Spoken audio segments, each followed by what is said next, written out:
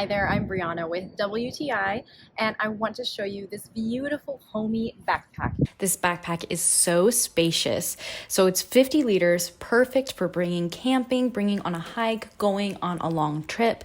You can fit a lot in it. Of course, you have these clips also in the front.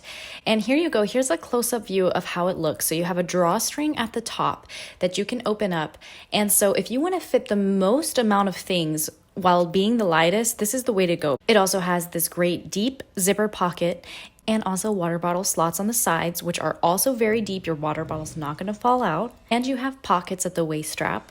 Of course, you have more zippers on top. You have this zippered pouch on the top. When you put the waistband on, you have these pockets on each side so you can keep maybe valuables there that are really close to your hands. These two straps on the front really helped to keep the weight on your legs and not on your back. I love that this is really lightweight. It has this really big open space in the middle, so you're not getting weighed down by a lot of pockets, a lot of compartments. You have an opening for headphones or for an emergency charger. And as an added bonus, they also give you a rain cover for your backpack. This works so great for long trips, and I am totally satisfied with it. But that's just my point of view.